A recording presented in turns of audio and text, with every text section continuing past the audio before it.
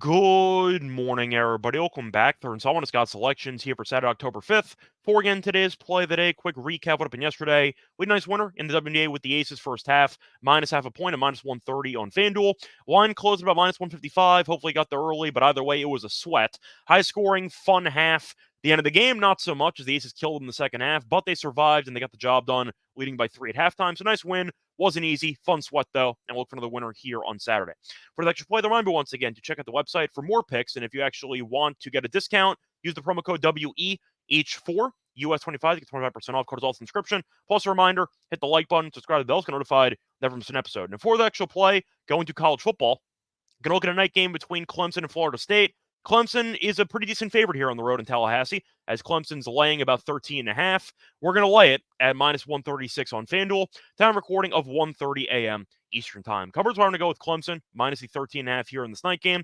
First reason, Clemson's been great lately after losing to Georgia in the opener. They've been really good as they've won each of their last 3 games by at least 24 points. Main reason, the offense, with Klubnik leading the way, has quietly been amazing. Clemson has scored at least 40 points in 3 straight games. Now, Florida State has been awful after winning the title in the conference last year. They have been an absolute mess. They might not make a bowl game. They're currently 1-4 with some really bad losses in there. They lost to Georgia Tech in a neutral, of course, overseas. Lost to Boston College at home by 15. Lost to Memphis by 8 at home. Beat California 14-9. And then lost to SMU last week by 26 on the road. So Florida State, you could argue, has quit on the season. This team is a mess. Big reason their quarterback play has been awful. They ended up losing Jordan Travis to the draft, and they ended up choosing to get Uyunglele as the transfer in to help the offense out. Problem is, he's not any good at football, and for this game, he's not going to play. He's actually injured, so they're going to be using Brock Glenn. Now, Brock Glenn did start a couple games last year at the end of the year after Travis got injured, as Glenn did start the conference title game against Louisville, and he started the bowl game against Georgia. And a reminder, he was awful. He was 17 of 47 in those 2 games for 194 yards, no touchdowns, 2 picks. Now, I am going to point out the actual numbers for Glenn this season as well. He played a couple snaps against SMU last week, and he went 0 for 4. So in his career with Florida State, Glenn is currently 19 of 55, a completion percentage of 34.5 with no touchdowns and 2 picks. Have fun with Clemson. Let's put it that way. I think Glenn is awful, and I think Clemson's going to kill this team.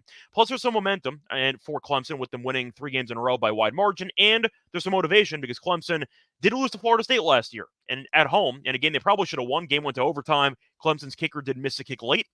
But Clemson has a lot of guys back from that team, and I'm sure a lot of them have been, I'd say, sitting with this loss for probably a year or so because Clemson should have beaten this Florida State team, and at that point, maybe they make a shot at making a conference title push last year. But the point is, Florida State was pretty lucky to win that game in Clemson. I think Clemson returns the favor here and beats up on a bad Florida State team handily by at least 2 touchdowns. Plus, there's some overall motivation for Dabo. Dabo's actually on the verge of history in the ACC. He's 1 win away from passing Bobby Bowden for the most career wins at an ACC school. So Dabo can set history here. And a pretty fun side note here, he was good friends with Bobby Bowden. They actually used to exchange letters a lot, and they go way back. Now, of course, Bobby Bowden passed away a couple years ago, but Dabo was a chance to pass his best friend for all-time wins at an ACC school at his friend's alma mater, which is pretty cool, at least based on the overall spot.